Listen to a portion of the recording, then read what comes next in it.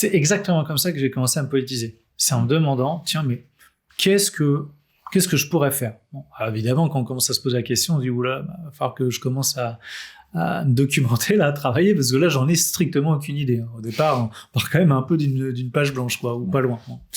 Alors, avant de répondre à la question, simplement, pourquoi je mets autant l'accent sur l'économie? C'est parce que je pense quand même que c'est ce qui explique nombre de dynamiques qui sont à l'œuvre actuellement. Et l'une des dynamiques sur laquelle je voudrais pas qu'on passe à côté, c'est pourquoi on est dans un mouvement liberticide, une dérive autoritaire actuellement. Pourquoi les libertés se contractent? Pourquoi on porte atteinte à la liberté d'expression? Pourquoi on porte atteinte à la liberté de manifestation? Pourquoi on porte atteinte à la liberté d'information? De plus en plus. La liberté de manifestation, exemple, les gilets jaunes. On a mutilé, éborgné des innocents.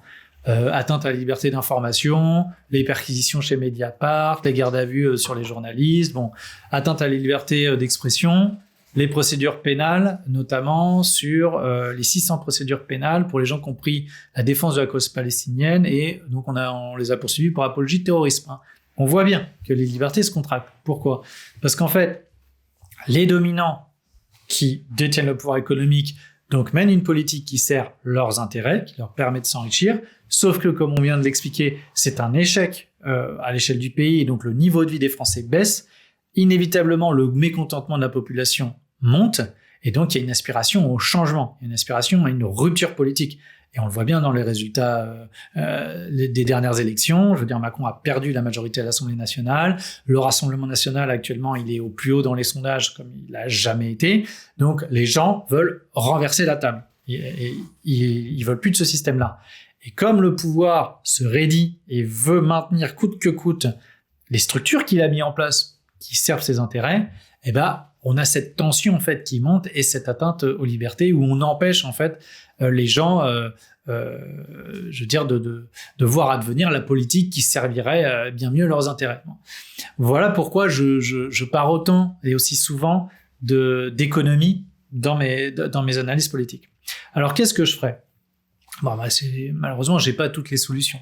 Bien sûr. Et évidemment, je prétends pas ça. On vit dans un monde complexe et donc c'est pas évident. Maintenant, première chose, déjà, première mesure pour mettre un terme à la trahison de la caste des hauts fonctionnaires, interdiction des pantouflages. Moi, je laisserai un délai de 6 mois pour que tous ceux qui veulent partir dans le privé partent et qui sachent qu'après, ils travailleront à vie pour le pays. Voilà.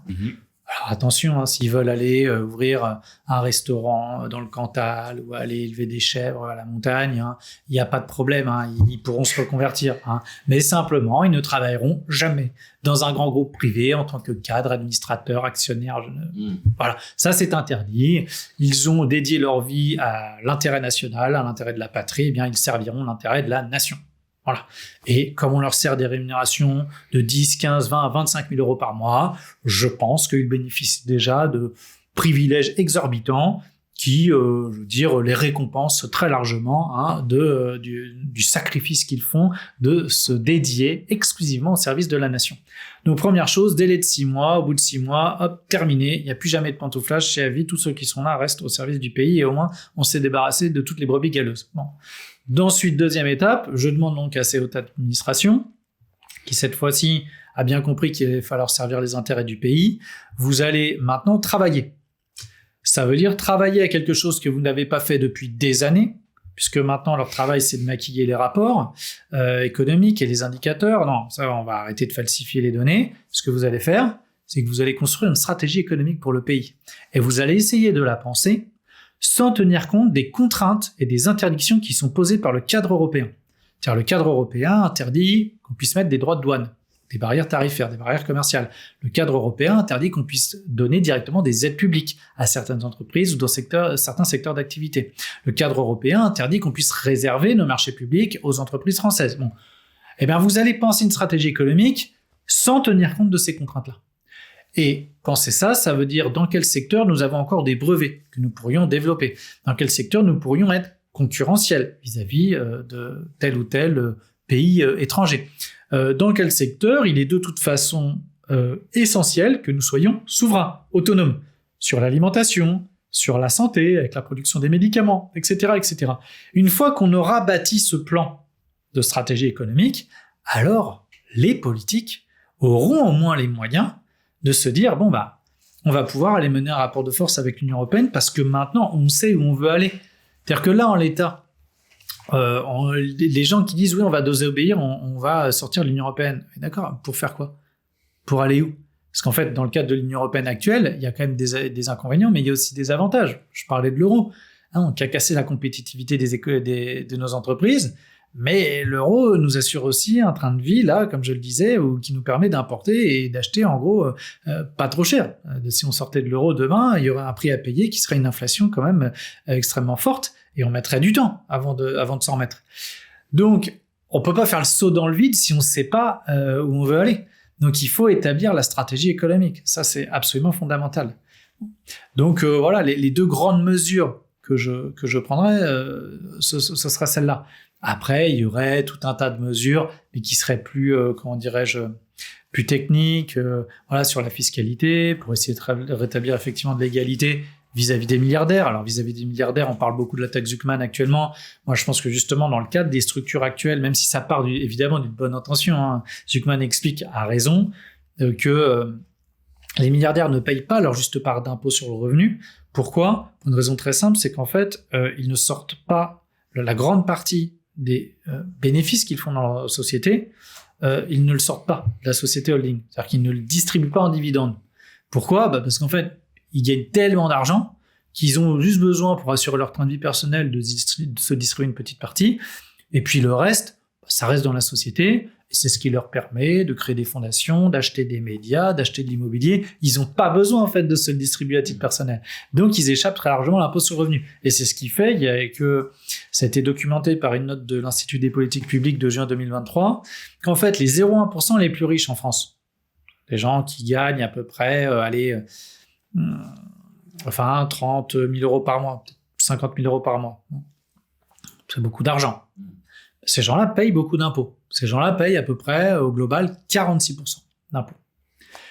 Et ben, les milliardaires, eux, ils payent moitié moins d'impôts que les 0,1% plus riches. Ils payent que 26% au global d'impôts. Et il y a un problème. En gros, arrivé à un certain niveau de richesse, plus on est riche, moins on paye d'impôts.